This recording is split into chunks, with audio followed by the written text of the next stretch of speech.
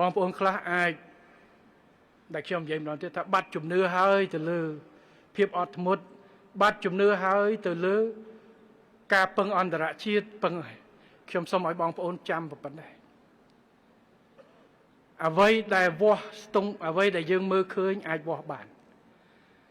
តែអ្វីដែលយើងមើលមិនឃើញយើងមិនអាចវាស់បានទេបានន័យថាម៉េច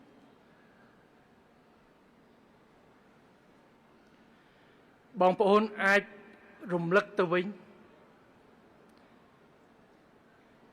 នៅថ្ងៃទី28ពេលដែលយើងចុះហត្ថលេខានៅម៉ាឡេស៊ីមនុស្សតិចណាស់ដែលជឿថាអាចឈប់បាញ់យប់នោះត្រូវទេវាយគ្នាស៊ីស័យអត់ជាង5ថ្ងៃមនុស្សតិចណាស់ដែលជឿថា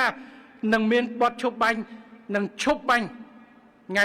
28ខែ7នៅពេលដែលយើងតាមដានគ្រប់គ្នា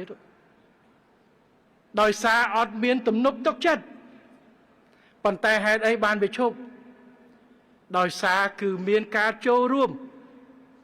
របស់អន្តរជាតិនិងអនុវត្តនៅគោលការណ៍នេះហើយក្រោយថ្ងៃ8តើប្រមាណអ្នកដែលជឿថាអាចឈប់បាញ់គ្នារហូតបាន3ខែតិចណាស់ម្នាក់យ៉ាងច្រើនថាមួយអាទិត្យមើលខ្មែរយើងប៉ុន្មានអ្នកដែលពេលនោះអ្នកតាមដានថាថ្ងៃ28នឹងមិនជាប់ទេមើលលើកដៃមើលតែអត់មានអ្នកតាមដានមានតែមិនលើក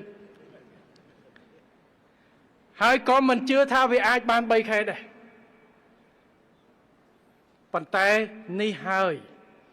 គឺជាលទ្ធផលនៃការសួរ3ខែនេះមិនផុយស្រួយងាយស្រួលណាស់